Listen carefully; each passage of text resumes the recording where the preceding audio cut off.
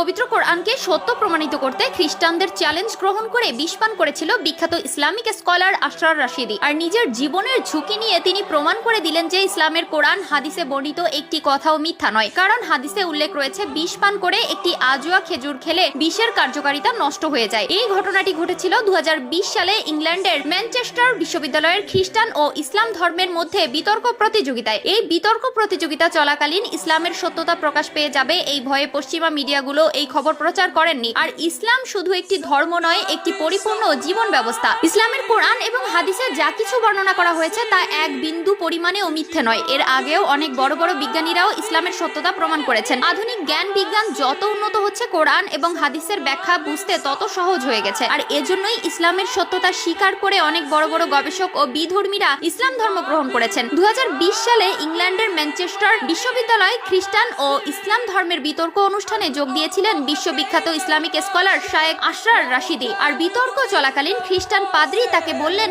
আপনাদের হাদিসে উল্লেখ রয়েছে বিষ পান করে একটি আজোয়া খেজুর খেলে বিষের কার্যকারিতা নষ্ট হয়ে যায়, তো এই কথার কি যুক্তি প্রমাণ রয়েছে আপনাদের কাছে? তাদের সামনে দেওয়া হলো এক বোতল বিষ। মুসলিমদের কাছে এমন প্রশ্ন ছুড়ে দেওয়ার কারণে কোনোভাবে তা হজম করতে পারেননি আশরার রাশিদি। আর আশরার রাশিদি নিজের জীবনের ঝুঁকি নিয়ে সেই বিষাক্ত বিষ পান করেন এবং একটি আজোয়া খেজুর খেয়ে নেন। আলহামদুলিল্লাহ, তার শরীরের বাহিরে ও ভিতরে এক বিন্দু পরিমাণেরও ক্ষতি হয়নি। কথায় আছে, রাখে আল্লাহ মারে কে। সেদিন এখানে উপস্থিত সকলেই অবাক হয়ে গিয়েছিলেন। আর কিভাবে সকলের সামনে বিষ পান করেও বেঁচে আছেন আশরার রাশিদি? তাহলে প্রিয় নবীর বর্ণিত হাদিস সম্পূর্ণ সত্য এবং ইসলাম ধর্ম পৃথিবীর মধ্যে সত্য ধর্ম, কিন্তু দুর্ভাগ্যবশত পশ্চিমা মিডিয়াগুলো এটির অপপ্রচার করেন, লুকিয়ে ফেলেন আসল তথ্য। কারণ তারা যদি এই খবরটি প্রচার করতেন, ইসলামের সত্যতা গোটা বিশ্ববাসীর কাছে স্পষ্ট হয়ে যেত। কিন্তু এই ভিডিওটি পোস্ট করা হয়েছিল ইসলাম প্রতিদিন নামক একটি ফেসবুক পেজে। 9 মার্চ 2020 সালে আপলোড করা ভিডিওটি 16 মার্চ পর্যন্ত 65,000 বার শেয়ার